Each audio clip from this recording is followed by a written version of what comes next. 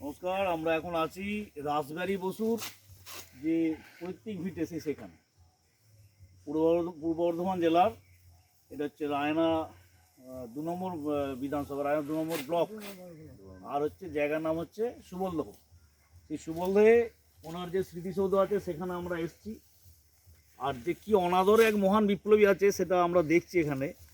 এই রাসবিহারী বসু, যিনি ভারতবর্ষে কেন সমগ্র পৃথিবীর কাছে, দাদা বলছিলেন, দাদা আপনার নাম কি?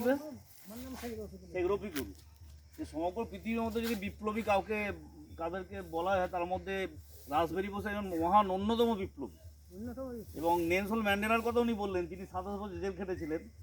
তার চাইতেও ইনি কিন্তু এনাকে ব্রিটিশ সরকার উনি ধরতে পারেনি, এমনই বিপ্লবী। পিএন ঠাকুরের ছদ্মবেশে উনি জাপান চলে গেলেন রবীন্দ্রনাথের সাথে।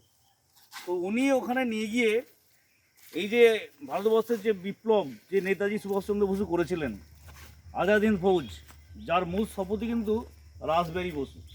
আর তার এই ভিটে আপনারা দেখতে পাচ্ছেন এখানে এই পরিস্থিতি। সামনে দেখাতে বলে আপনাকে দেখেন, সামনে কিছুটা জায়গা ঘেরা হয়েছে, ফুলের বাগান করার জন্য বলা হচ্ছে। আর এই হচ্ছে তার পৈতৃক ভিটে।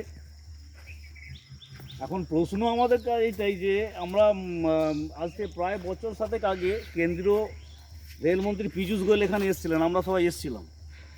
এবং সেখানে বলা হয়েছিল যে একটা আর্কাইভ করা হবে রাসবিহারী বসু নিয়ে।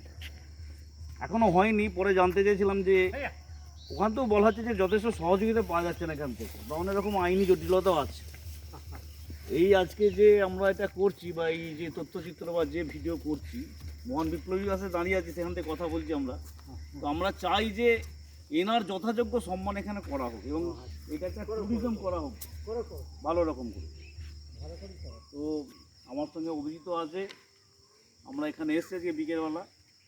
সবাইকে এখান থেকে আমরা আবেদন করব যে আপনারা আসুন, মহান বিপ্লবীর এই পৈতৃক ভিটে আসুন দর্শন করার। এখান থেকে তার যে চেতনা, তার যে জাতীয়তাবোধ, তার যে দেশের প্রতি যে নিষ্ঠা, ভালোবাসা, সেইটা আমাদেরকে গ্রহণ করতে হবে। আজকের দিনে খুব প্রয়োজন।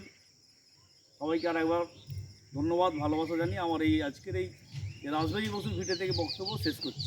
নমস্কার, ভালো থাকবেন সবাই।